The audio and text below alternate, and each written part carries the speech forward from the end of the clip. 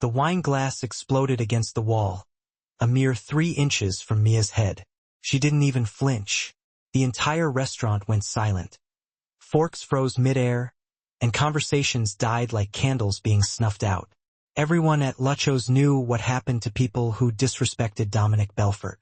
Everyone, that is, except apparently the fearless Waitress, who was now staring down the most dangerous man in Chicago with nothing but a serving tray and a death wish. "You gonna throw another one?"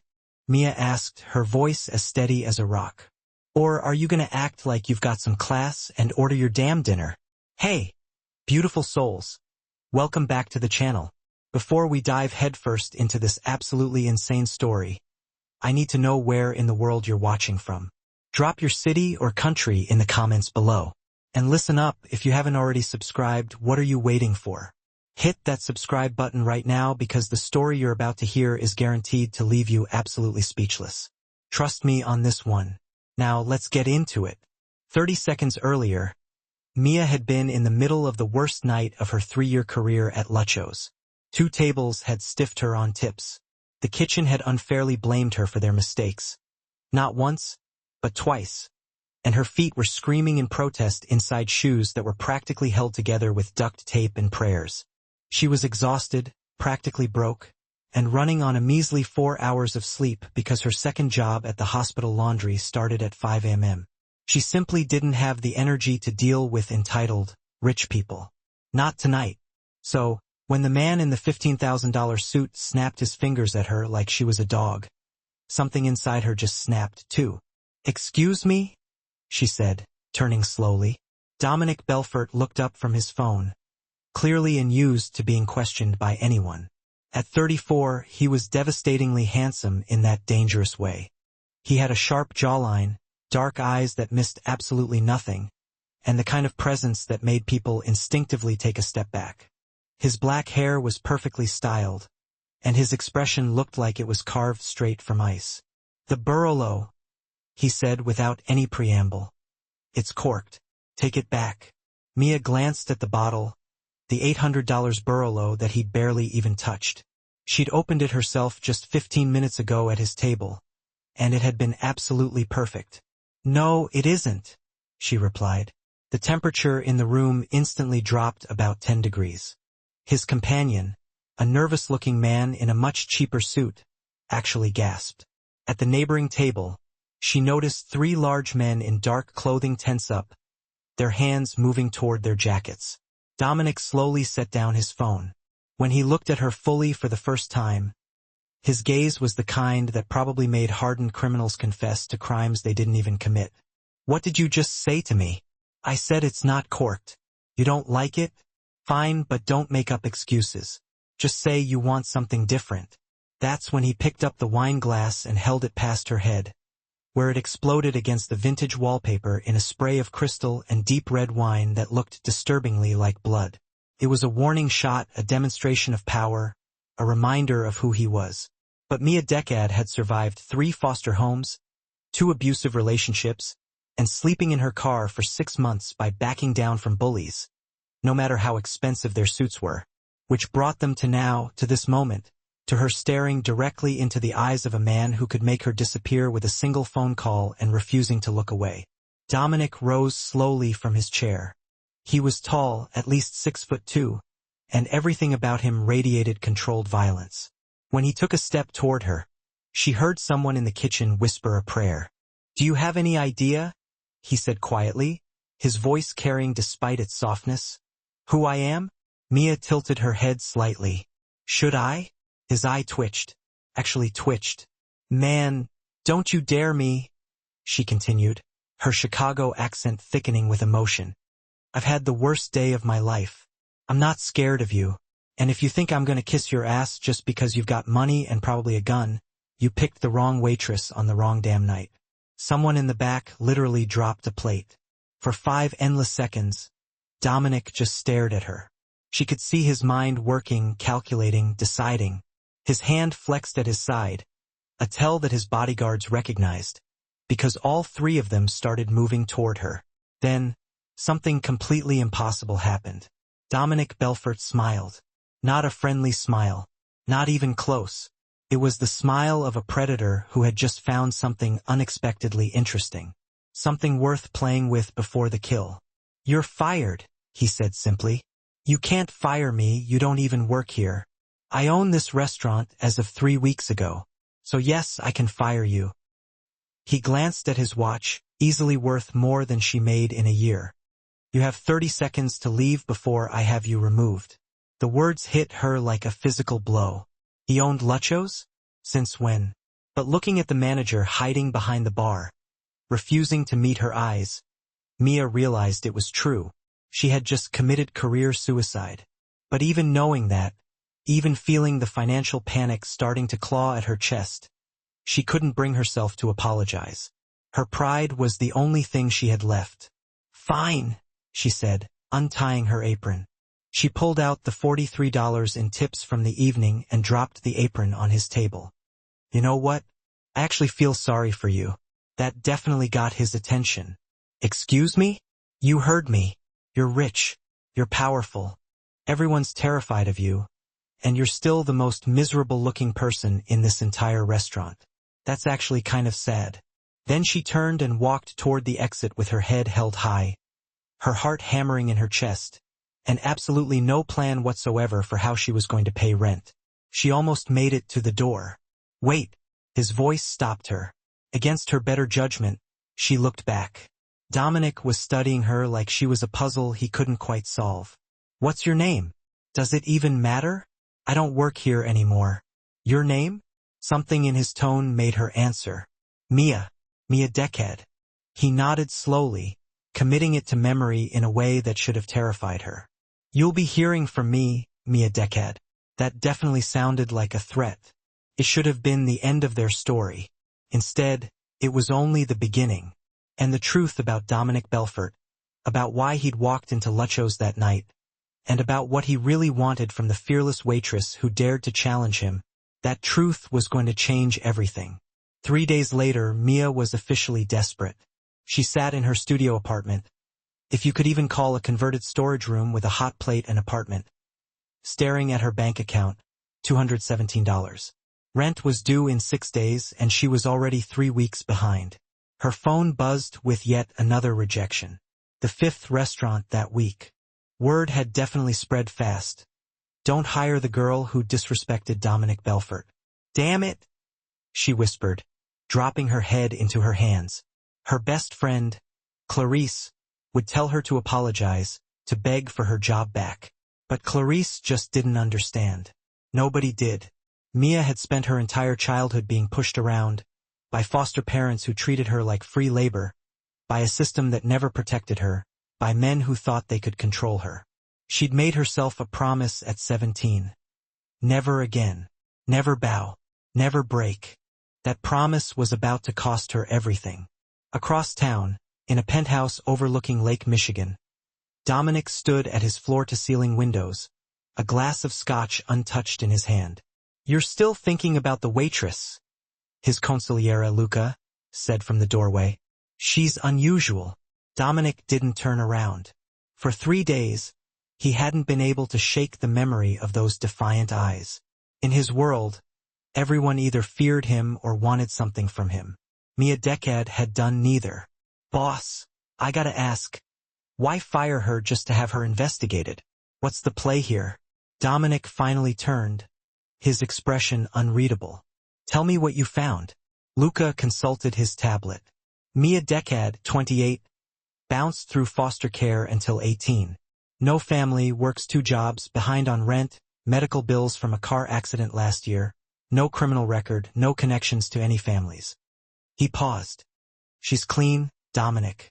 Just tough luck, medical bills, behind on rent." Dominic felt an unfamiliar twinge, something almost like guilt. Almost. "And the other thing?" he asked quietly. Luca's expression darkened. "Confirmed. Someone inside your organization is stealing, moving product without authorization. We still don't know who." Dominic's jaw tightened. Betrayal in his family. The sheer disrespect of it made his blood boil. He'd built this empire on loyalty and fear, and someone thought they could steal from him. Double the surveillance. "I want eyes on everyone." His phone rang. Unknown number. He answered it. Yes? Is this Dominic Belfort? A woman's voice. Familiar. Fearless. His eyebrows rose. Mia? Yeah. Listen, I've got a proposition for you. And before you hang up, just hear me out. Okay? He was already intrigued. I'm listening. I need money. You clearly have it. So here's the deal. I'll work for you. Not at the restaurant, I know that ship sailed, but whatever you need. Assistant, cleaner, I don't care. I'll work harder than anyone you've ever hired. I need a job, please. The last word cost her. He could hear it. You know what I am, don't you? What I do. A pause. I've heard rumors, and you're calling me anyway. I'm calling you because I'm out of options. Pride doesn't pay rent. Her voice was steady, but he detected the desperation underneath. So what do you say? You got work for a waitress who doesn't know when to shut up? Dominic smiled slowly. An idea was forming. Dangerous, unconventional, possibly brilliant. He needed someone to help him identify his traitor. Someone nobody in his organization would suspect. Someone observant, fearless, and desperate enough to say yes. Come to my office tomorrow, 10 a.m. Belfort Enterprises, top floor. He gave her the address. Don't be late. Does that mean? It means we'll talk. And Mia? Yeah? Wear something professional. He hung up before she could respond. Luca was staring at him like he'd lost his mind. Boss, what are you doing? Something either very smart, Dominic said, his dark eyes gleaming, or catastrophically stupid. Mia arrived at Belfort Enterprises wearing the only professional thing she owned. A black blazer from Goodwill and pants she'd ironed 3 times to hide the wear. The building was all glass and steel, screaming money. The receptionist looked at her like she tracked dirt inside. Mia Decad? I have an appointment on the top floor. He's expecting you. The elevator ride felt like ascending to her execution. Dominic's office was obscene. Marble floors, leather furniture, and that same view of Lake Michigan.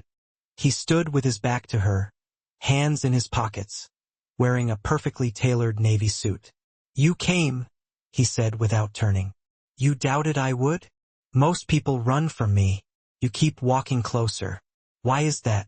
Now he turned, and the intensity of his gaze made her breath catch. Because I need this job. No. He moved toward her, slow and predatory. There's something else. You're not afraid of me. Should I be?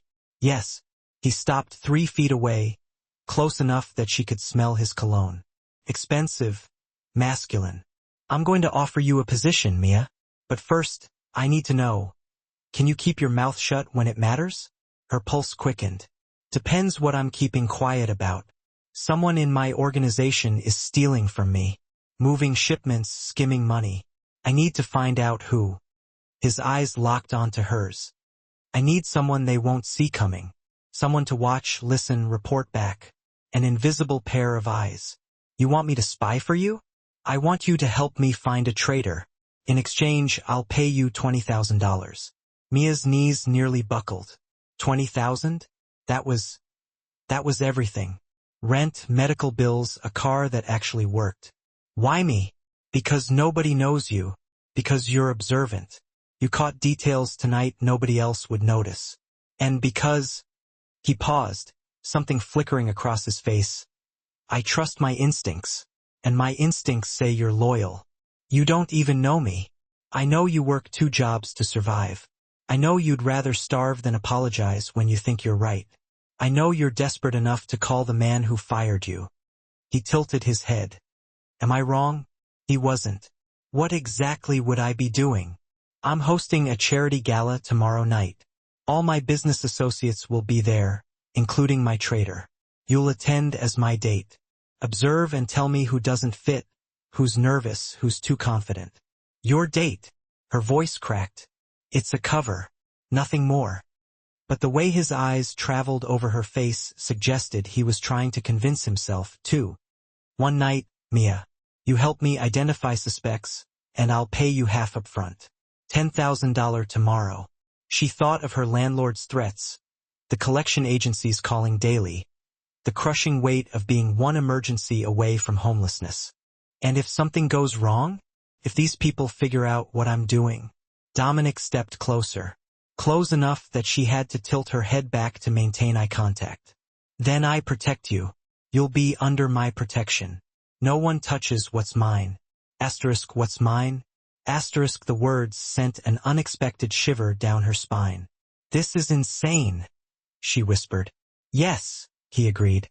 His voice dropped lower. Is that a no?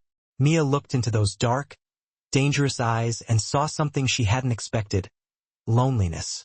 This powerful, feared man was alone, betrayed by his own people, trusting a stranger because he had no one else. She recognized that loneliness. She'd lived it her entire life. One condition, she said. You tell me the truth about everything. What I'm walking into, what the risks really are. No surprises. Agreed. Then yes, I'll do it. Dominic's smile was slow, genuine, and completely transformed his face. For one moment, he wasn't a mafia boss. He was just a man who'd found an unexpected ally. He extended his hand. Partners. Mia shook it, his grip warm and strong. Partners. Neither of them let go immediately. The air between them crackled with something electric, dangerous, unnamed. Tomorrow night, Dominic said softly, still holding her hand. I'll send a car at 7 o'clock. And Mia? Yeah? Wear something that makes them underestimate you. Pretty, harmless, forgettable.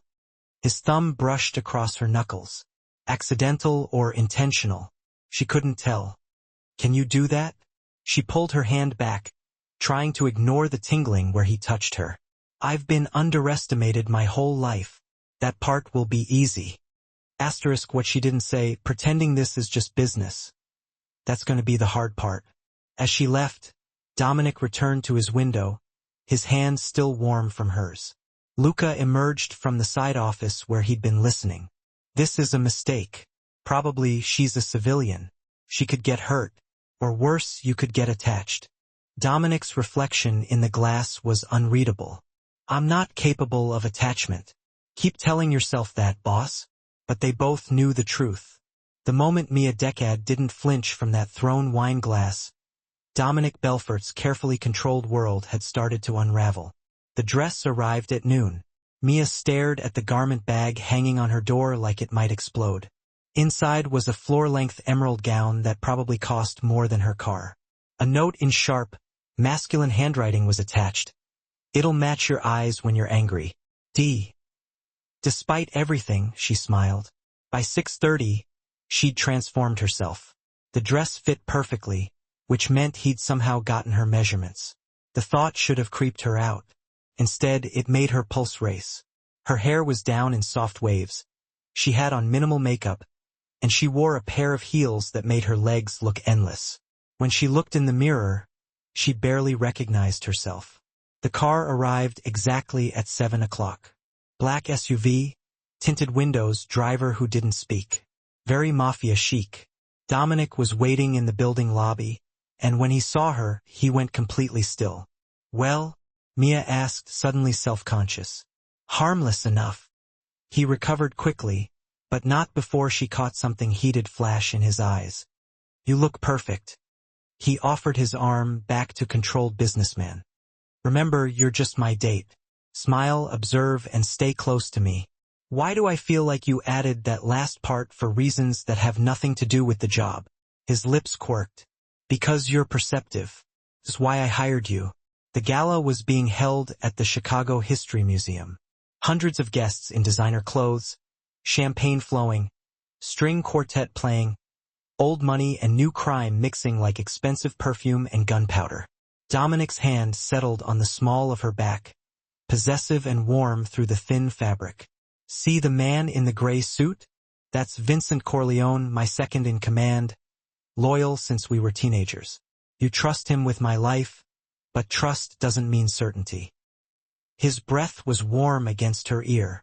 The woman in red, that's Anastasia Anderton, runs my shipping operations. Brilliant, ambitious, possibly too ambitious. They moved through the crowd, and Mia felt every eye on them. Curiosity, calculation, a few women shooting her looks that could melt steel. You didn't tell people you were bringing someone, she murmured. I never bring anyone. You're causing quite a stir. He seemed pleased by this. For the next hour, Dominic introduced her to his world. Each handshake was a test, each smile a potential lie. Mia watched everything. Who held eye contact too long, who avoided it completely, whose hands trembled when they greeted Dominic. She noticed Thomas Prospero, the accountant, sweating despite the air conditioning. Noticed how Anastasia kept checking her phone. How Vincent watched Dominic with something that looked almost like pity. We need to talk, she whispered during a lull. I'm seeing things. Dominic guided her onto the balcony, away from curious ears. The Chicago skyline glittered before them, and for a moment, they were just two people alone under the stars. Tell me, he said. Your accountant is terrified. Your shipping manager is distracted. And Vincent, she paused. He keeps looking at you like you're a dead man walking. What aren't you telling me, Dominic? His jaw tightened. Vincent thinks I'm being reckless, that investigating internally will start a war. Is he right? Probably. Dominic turned to face her fully, and in the moonlight he looked younger, more vulnerable. But I can't let betrayal slide. My father did that once. It got him killed. The confession hung between them. How old were you? Mia asked softly. 19. I watched him bleed out on our kitchen floor because he trusted the wrong person.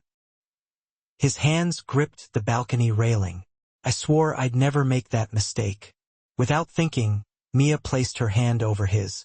I'm sorry. He stared at their hands like he'd forgotten what comfort looked like. Why do you do that? Do what? Touch me like you're not afraid. Everyone's afraid, Mia. I told you, I'm not everyone. She should pull her hand back. She didn't. Besides, you're not as scary as you think you are. No. He turned his hand over, threading his fingers through hers. The gesture was intimate, dangerous. What am I then? Lonely, she thought. Hurt, human, complicated, she said instead. You have no idea. His thumb traced circles on her palm, and the simple touch sent electricity up her arm. This, whatever this is between us, it's a bad idea. Terrible idea, she agreed, her voice barely a whisper. You work for me temporarily. I'm dangerous. I'm not fragile. They were leaning closer now, the space between them shrinking. His free hand came up to cup her jaw, and Mia's breath caught. Boss! Vincent boomed onto the balcony, shattering the moment. His face was pale. We have a problem. Dominic dropped his hand immediately, back to cold businessman. What problem? 2 of our warehouses just got raided. FBI. Someone tipped them off. Vincent's eyes flickered to Mia. Someone who knew tonight we'd all be here. Distracted. The implication was clear. Dominic's expression went arctic. You think I brought the FBI? I think it's one hell of a coincidence that you bring a stranger into the organization. And 12 hours later we're compromised. Vincent looked apologetic but firm. Standard protocol. She needs to be questioned. Like hell. It's okay, Mia interrupted, squeezing Dominic's hand once before letting go. I have nothing to hide. Ask whatever you need to ask. But as Vincent led her back inside to a private room, she caught sight of Anastasia watching them with a small, satisfied smile. And Mia realized with cold certainty. This was a setup. The raids weren't about the FBI. They were about making her look guilty, about separating her from Dominic. The real traitor was making their move. The questioning room was small, windowless, and contained 3 very large men who looked at Mia like she was a problem that needed solving. Vincent sat across from her, expression regretful. I need your phone. She handed it over. You won't find anything. Where were you yesterday between 2 o'clock and 4 p.m.? My apartment, alone. No alibi. She met his eyes steadily. I'm being framed, Vincent, think about it. I've been with Dominic all day. When would I have had time to contact the FBI before today? This could have been your plan all along. But he didn't sound convinced. Then why would I agree to come here tonight? Why not just take the money and run? The door slammed open. Dominic stood there, fury radiating off him like heat. This is done. Boss protocol. I said it's done. Dominic's voice was deadly quiet. She's clean. I'd stake my life on it. You might be staking all our lives on it, Vincent shot back. Damn it, Dominic. Think with your head. Not your. He stopped himself. Not my what? Dominic moved into the room like a storm. Say it. Vincent stood frustrated. You're compromised. Anyone can see the way you look at her. It's making you reckless. What's making me reckless is my second in command questioning my judgment. The temperature dropped. We clear? After a tense moment, Vincent nodded. Clear. But boss, watch your back. Something about tonight feels orchestrated. He left, and Mia released a breath she didn't know she'd been holding. You okay? Dominic asked, his anger melting into concern. I'm fine, but Vincent's right about the orchestrated part. Anyway, this was designed to make me look guilty, to isolate you from everyone you might actually trust. She stood, her mind racing. Dominic, what if the traitor isn't working alone? What if this whole thing, the theft, the raids, bringing me in, what if it's all pieces of something bigger? His eyes widened slightly. A coup? Someone wants your position, and they need you paranoid and alone to take it. For a long moment, he just looked at her. Then how does a waitress know about power plays and organizational coups? I read a lot, she said dryly. And I've seen enough workplace drama to know that ambition makes people stupid. Despite everything, he almost smiled. Come on. I'm getting you out of here. What about the gala? Forget the damn gala. Someone just started a war, and there's no way I'm leaving you vulnerable. His hand found her hair again, but this time it wasn't about attraction. It felt more like a pledge. You're staying with me tonight. At my penthouse. It's the only place I know is secure. Dominic, that wasn't a request, Mia. Someone tried to frame you, which means they know you're important to me. His grip tightened, which meant, you're now a target. So, until we figure out who's behind this, you stay where I can protect you. The possessiveness in his voice should have pissed her off. Instead, it sparked something she hadn't felt in ages. Safety.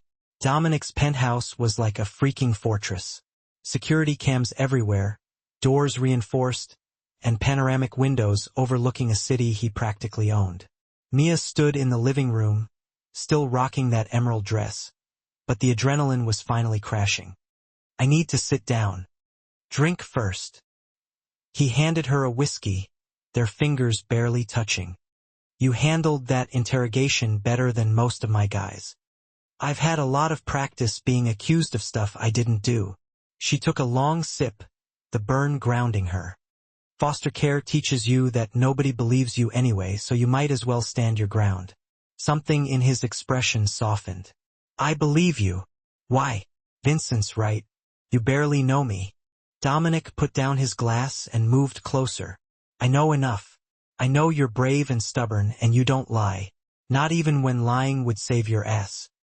His hand came up, tucking a strand of hair behind her ear. I know that you see me. Not the rep, not the fear. Me. The air between them crackled. Dominic, we shouldn't. I know. But he didn't move back. Neither did she. His phone blew the moment to hell, vibrating like crazy on the marble counter. He snatched it up, frowning. It's Luca. He found something. He put it on speaker. Boss, you need to hear this. I pulled surveillance from the warehouse district. Luca's voice was tight. The person who met with the FBI agents 3 days ago. I got a clear image. Send it. The photo loaded. Mia's blood turned to freaking ice. On the screen was a woman in a dark coat handing documents to a guy in an FBI jacket. The image was grainy, but the face was unmistakable. It was Anastasia Anderton, Dominic's shipping manager. Anastasia. Dominic breathed. She's been with me for 6 years. I trusted her with. He stopped. Realization hit him like a ton of bricks. She has access to everything. Routes, contacts, financial records. There's more, Luca said grimly. I dug into her background. Boss, her maiden name is Moetti. The name clearly meant something. Dominic's face went white as a ghost. Who's Moetti? Mia asked. Antonio Moetti, Dominic said quietly. The man who betrayed my father. Who put the hit on him. His hands clenched into fists. I killed Antonio 15 years ago. Shot him myself. Luca confirmed. Anastasia is his daughter. She's been planning this for years. Getting close. Gaining your trust. This isn't about money, boss. It's about revenge. The room spun. This wasn't just corporate theft, it was personal, calculated. A vendetta wrapped up in patience and ice-cold hatred. She's going to kill you, Mia whispered. Dominic's jaw tightened. She's going to try. Boss, there's one more thing. Luca paused. The FBI didn't raid those warehouses tonight. I checked. There's no record of any federal operation. Those were her people dressed as agents. She staged it to frame Mia to isolate you. And according to intercepts. Another pause. She's planning to move tonight while everyone's scattered from the gala. How many men does she have? At least a dozen, maybe more. She's been recruiting quietly for months. Dominic started moving, grabbing guns from hidden compartments, checking ammo with practiced ease. Luca, I need you to contact Vincent. Tell him everything. Get loyalists to the penthouse now. On it, boss. Watch yourself. If she's moving tonight, she knows where you are. The call ended. Mia stood frozen, trying to process everything. You need to leave. Run. Regroup somewhere safe. I don't run. Dominic loaded a pistol with deadly calm. And I'm not letting her destroy what I've built. This isn't about pride. She wants you dead, which is why I need to end this tonight. He looked at her, and his expression broke her heart. Mia, I need you to go to the panic room. Steel door, reinforced walls. You'll be safe there while I... No, this isn't negotiable. The hell it isn't. She went to him, grabbing his arm. You can't face a dozen armed people alone. I've faced worse. Not while protecting someone. The words just tumbled out. You'll be distracted, worried about me, and you'll get killed. So either I hide and you die. She took a shaky breath. Or you let me help. Absolutely not. I can shoot. My foster dad, the one decent one, taught me, and I'm not useless in a fight. She stepped closer, forcing him to look at her. You said I was under your protection. Well, protection goes both ways. You don't get to die on me when I just found someone who actually gives a damn whether I exist. The confession hung between them, raw and honest. Dominic's control cracked. He pulled her against him, hard and desperate, and kissed her. It wasn't gentle. It was fear and fury and the kind of passion that comes from dancing way too close to death. His hands tangled in her hair, her fingers gripped his jacket, and for one blazing moment, nothing else mattered. When they broke apart, both breathing hard, his forehead rested against her hair. If something happens to you, he whispered, I'll never forgive myself. Then we make sure nothing happens to either of us. She cupped his face in her hands. Partners, remember? Before he could answer, the lights went out. Emergency systems kicked in. Red emergency bulbs turning everything into a hellscape. They're here, Dominic said, instantly alert. He pressed a gun into her hands. Stay behind me. Yeah. And Mia? Don't dare me to keep you safe because I will, even if it costs me everything. Through the windows, she saw them.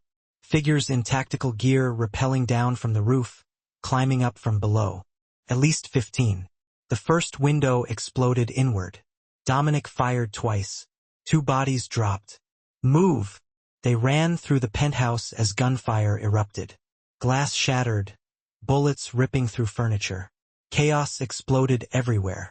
Mia fired back, her hands steadier than she expected, hitting a guy coming through the kitchen. The panic room! Dominic shouted, laying down cover fire.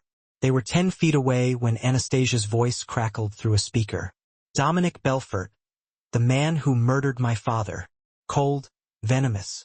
Tonight you pay. Your father was a traitor. Dominic yelled back. He was mine. The rage was raw. You took him from me. Now I take everything from you. More men poured in. Way too many. Dominic grabbed Mia, pushing her toward the panic room. Go now. Not without you. I'll be right behind you. The explosion blew them apart. Mia hit the wall hard, her ears ringing. Through the smoke, she saw Dominic on the ground, bleeding from his shoulder. 3 guys coming at him. No! She fired until her gun clicked empty. Strong arms grabbed her from behind. She fought, screaming, but there were just too many. Mia! Dominic's voice was desperate as they dragged him the other way. Let him go, Gio. She bit, kicked, and thrashed, but it was useless. The last thing she saw before a bag went over her head was Anastasia stepping through the smoke. Gun pointed at Dominic's head, smiling. Mia woke up in darkness, hands zip-tied, head pounding. A basement, cold concrete, not comfortable at all. Anastasia's heels clicked closer. Don't worry, you're not the target, just the leverage. Where is he? Alive. For now. Anastasia crouched down. He cares about you. I could see it. So here's what's going to happen. He'll trade himself for you. Walk right into death because of a waitress he's known for 4 days. She laughed. Poetic, isn't it? He won't come. Oh, sweetheart. He's already on his way. She held up a phone showing a text from Dominic. Where is she? Name your terms. Mia's heart shattered. He was going to get himself killed for her. When he arrives, I'll make him watch you die first. Then I'll take my time with him. Anastasia stood. My father screamed for 17 minutes before he died. I'm going to beat that record. The door slammed, locks engaged. Mia was alone in the dark, helpless, and the guy she'd fallen for was walking right into a trap. Mia forced herself to breathe. She had to think. She wasn't helpless. She'd survived way worse than this. Foster homes that locked her in closets. Guys who thought they could break her. A system designed to crush people like her. Anastasia had made one mistake. She'd underestimated the waitress. Mia felt along the concrete wall until she found it. A sharp edge where the floor met the wall, rough and broken. She began sawing the zip tie against it, ignoring the plastic cutting into her wrists. Come on, come on.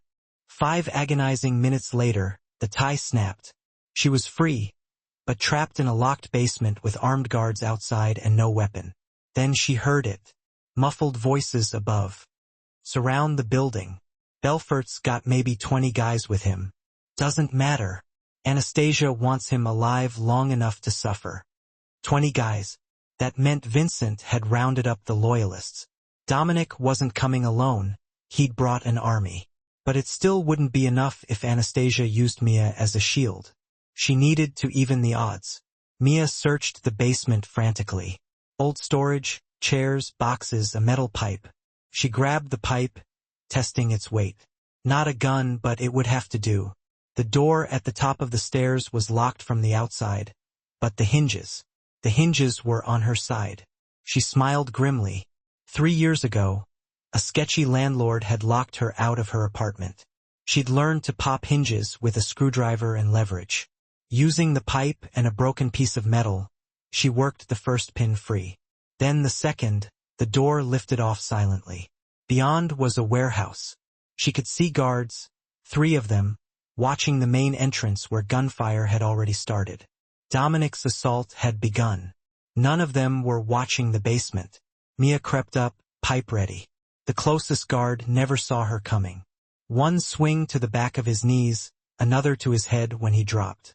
He went down hard. She grabbed his gun just as the second guard turned. Hey! She fired. The recoil jerked her arm, but her aim was dead on. He fell.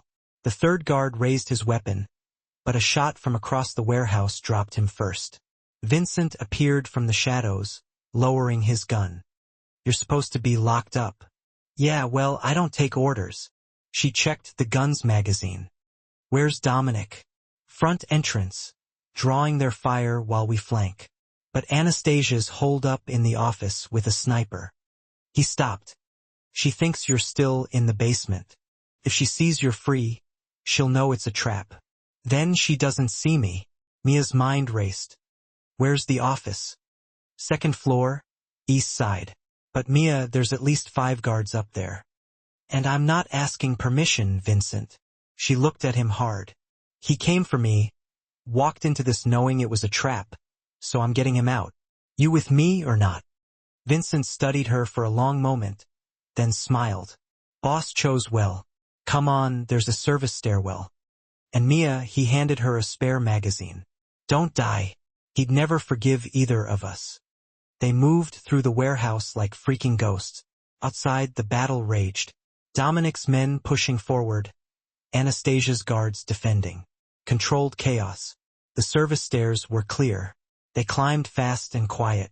At the second-floor landing, Vincent signaled, 2 guards, office door beyond. Mia nodded. She stepped into view, stumbling deliberately. Help, please. She locked me in. The guards saw a terrified woman in a torn evening gown and lowered their weapons slightly. Fatal freaking mistake. Vincent took the left, Mia took the right. 2 shots perfectly synchronized. Both guards dropped. You're getting scary good at this, Vincent muttered. Motivated learner. They stacked up at the office door. Inside, Mia could hear Anastasia speaking. Tell you one more time, Belfort. Surrender or I start sending pieces of your girlfriend. She stopped. What do you mean she's not in the basement? Check again. Now or never. Mia kicked the door open. The office was opulent. Stolen money bought nice things. Anastasia stood behind a desk, phone in one hand, gun in the other. 2 bodyguards flanked her. Looking for me? Mia aimed dead center at Anastasia's chest. Anastasia's face twisted with rage. Kill her. The bodyguards raised their weapons.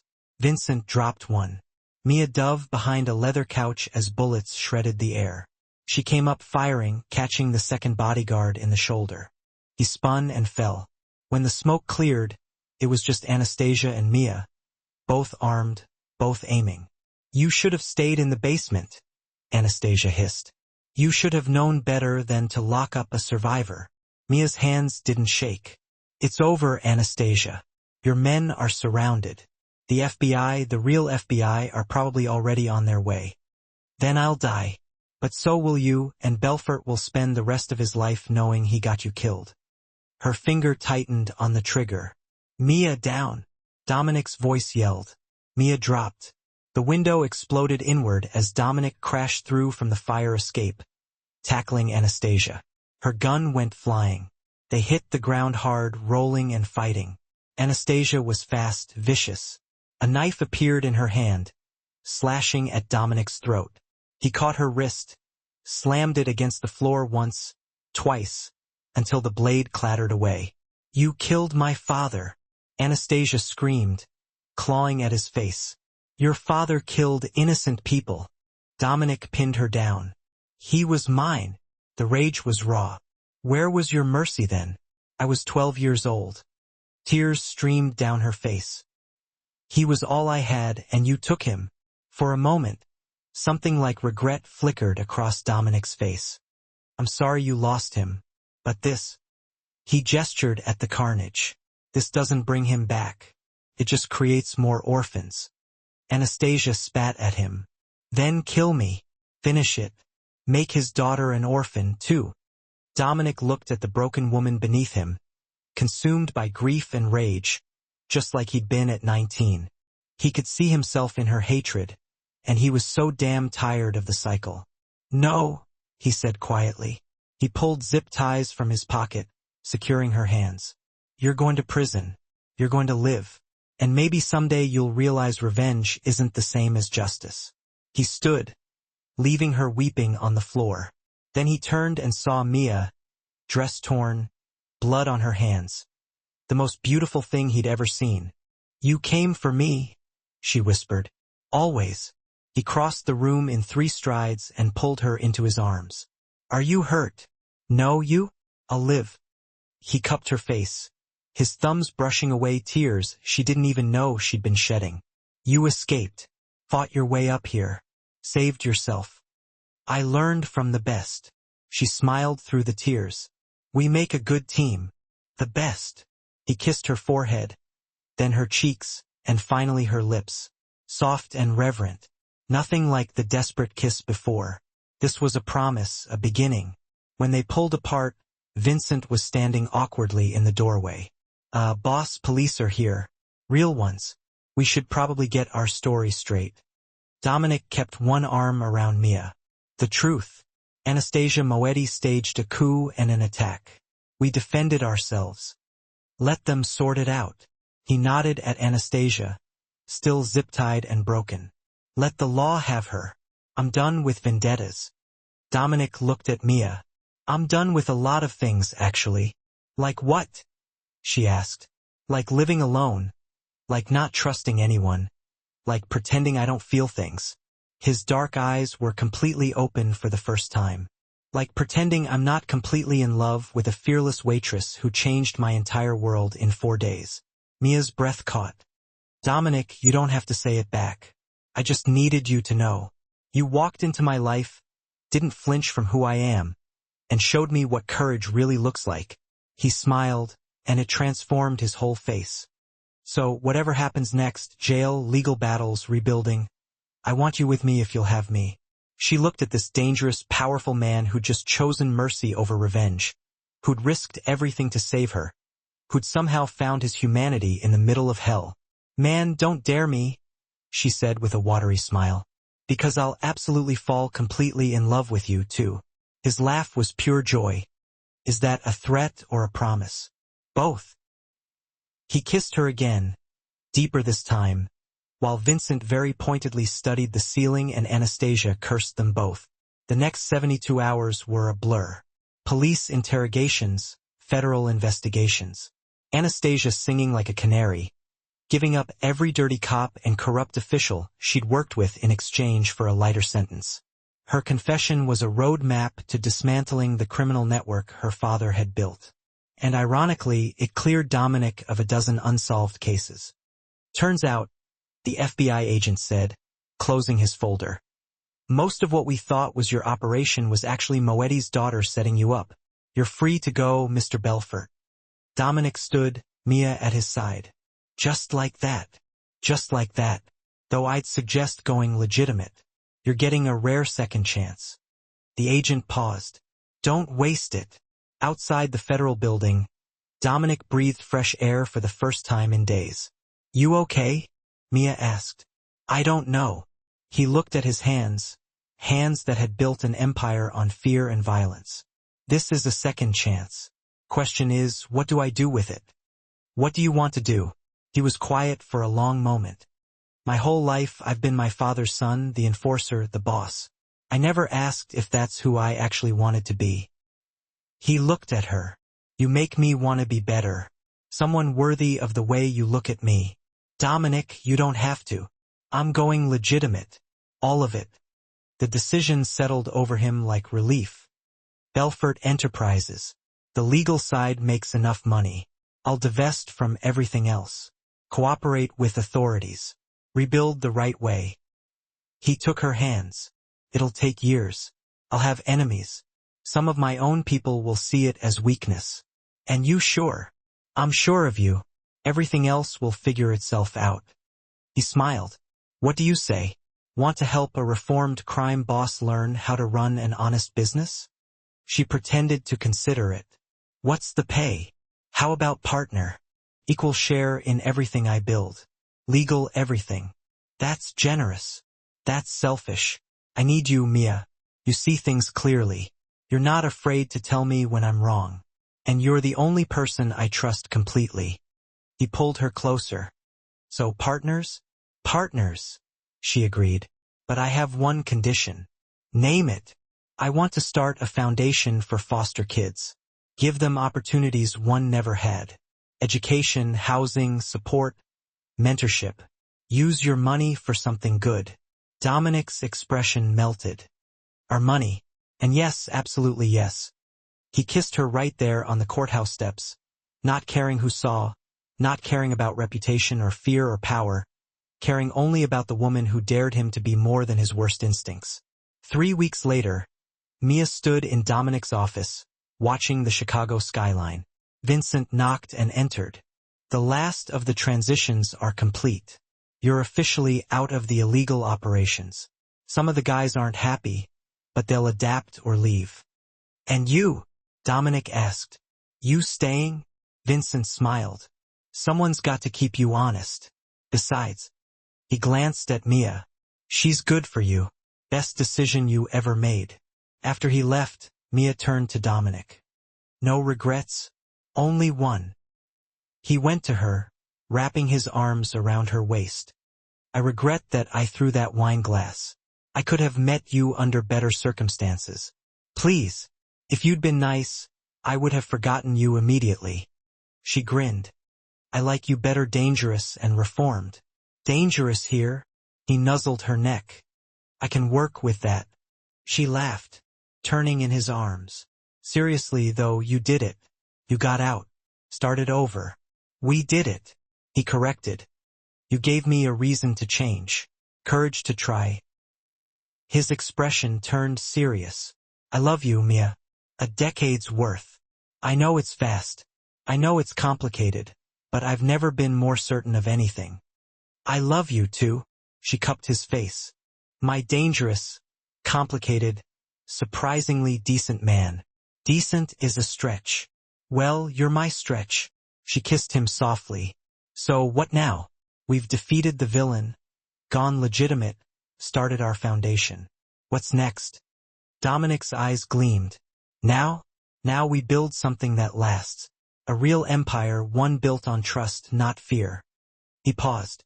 And maybe, if you're interested, we make this partnership permanent. Dominic Belfort? Are you proposing a merger? I'm proposing everything. Business, life, future. He pulled a small box from his pocket, and Mia's heart stopped. I'm proposing that the fearless waitress who changed my world makes it official. Marry me, Mia. Be my partner in everything. The ring was simple, elegant, perfect. Tears streaming down her face. Mia whispered, Man, don't dare me. I absolutely dare you then. Yes, I'll marry you. He slipped the ring on her finger. And in that moment, the scared foster kid and the lonely crime boss found what they'd both been searching for: home. That evening, Dominic and Mia went back to Luciano's restaurant. The staff froze when they walked in, the fired waitress and the boss who owned the place. Whispers rippled through the dining room. Dominic didn't go to his usual table. Instead, he walked to the small corner booth where Mia used to take her breaks, the one with the wobbly leg and the view of the kitchen chaos. This seat taken? He asked with a slight smile. Mia slid in across from him, her engagement ring catching the light. I think we can make room. The manager approached nervously. Mr. Belfort, I can get you the private section. This is perfect. Dominic kept his eyes on Mia. Actually, I have an announcement. As of today, this restaurant has new management. Mia will be running operations. The manager's jaw dropped. Sir, I'm a silent partner now. She's the boss. He leaned back. Problem? No problem at all. Welcome back, Miss Diact. When they were alone, Mia shook her head in disbelief. You just gave me a restaurant. I gave you the place where we met, where you refused to back down, where everything changed. He reached across the table, taking her hand. Besides, you'll run it better than I ever could. You actually care about the people working here. I do, she admitted. They're like me, just trying to survive, working twice as hard for half as much. Then change that. Pay them well. Treat them right. Build something you're proud of. His thumb traced circles on her palm. You taught me that power isn't about making people fear you. It's about lifting them up. Mia's eyes glistened, reflecting the soft light. Look at you, getting soft, she teased, her voice laced with affection. Completely ruined. He smiled, a genuine, heartwarming smile that reached his eyes. And I've never been happier. She looked around the restaurant, taking in the familiar scene. The staff watched them with curious smiles. The worn booths held countless memories, and the kitchen was where she'd spent what felt like a lifetime of shifts. This place, once her battlefield, her means of survival, was now a symbol of her fresh start. Thank you, she whispered, her voice thick with emotion. For seeing me, for believing in me when I didn't believe in myself, Thank you for not flinching when I threw that glass, she continued, a playful glint in her eye. For daring me to be better. He raised her hand to his lips, his touch gentle and reverent. For loving the man I am and the man I'm becoming. Always, she promised, her gaze unwavering. They ordered the cheapest bottle of wine on the menu, a deliberate choice, a private joke that spoke volumes about their shared journey. When it arrived, Dominic poured carefully, his movements precise and confident. No sommelier needed. To new beginnings, he toasted, raising his glass. To second chances, Mia added, her eyes sparkling. To us. Their glasses clinked softly, the sound a delicate symphony of hope and promise. As they drank, Mia reflected on the seemingly impossible journey that had brought her to this moment. From fired waitress to engaged partner, from broke and desperate to building a future filled with possibility. She thought about the scared girl in foster care who had promised herself she'd never bow, never break. She'd kept that promise, fiercely and unapologetically, and in doing so, she'd found a man who loved her for it, for her strength, her vulnerability, her unwavering spirit. Dominic watched the woman across from him, captivated by her presence. The fearless, beautiful, impossible woman who'd walked into his carefully controlled world and shattered every wall he'd so meticulously built. She'd given him something he thought he'd lost forever, something he'd resigned himself to living without. Hope. What are you thinking? Mia asked, her voice soft and inquisitive. That I should throw wine glasses more often, he replied, a mischievous grin spreading across his face. Clearly it's good luck. She laughed, that full, genuine laugh that always made his chest warm. A sound that chased away the shadows and filled the room with light. Don't you dare. One dramatic meeting is enough for a lifetime. Fine, he conceded, his eyes twinkling with amusement. But I reserve the right to be dramatic about how much I love you. I'll allow it, she said, her grin widening. Just this once. Outside the window, the lights of Chicago glittered like a million tiny stars, each one representing a possibility, a dream waiting to be realized. Somewhere in the city, Anastasia sat in a federal prison, finally facing the consequences of her choices, the weight of her actions crashing down around her. Vincent was securing legitimate business deals, shedding the darkness of his past, and embracing the promise of a brighter future. The foundation paperwork was being filed, solidifying their commitment to giving back and making a difference in the world. Everything was changing, shifting, evolving. But here, in this corner booth, tucked away from the chaos and uncertainty of the outside world, two people who had started as enemies had found something neither of them expected, something far more valuable than wealth or power. Peace, purpose, love. Mia raised her glass again, her voice filled with emotion. One more toast. Always to the fearless and the feared, she said softly. May we never stop daring each other to be better. Dominic's smile was brilliant, radiating warmth and affection. Man, don't dare me. Too late, Mia whispered, her eyes sparkling with mischief. I'm going to dare you every single day for the rest of our lives. Promise. Promise. They kissed across the table, a kiss filled with passion, tenderness, and the unwavering promise of forever. And the restaurant erupted in applause. Staff who remembered Mia as a struggling waitress, now witnessing her happiness. Customers who sensed they were witnessing something special, something rare and beautiful. Strangers celebrating a love that defied every odd. A testament to the power of second chances and the enduring strength of the human heart. We have come to the end of the story. Thank you for watching to the end. Share your opinion about this story in the comments below. I like getting feedback from my audience. Also, don't forget to like, subscribe, and hit the notification bell so you won't miss any of our heartwarming stories.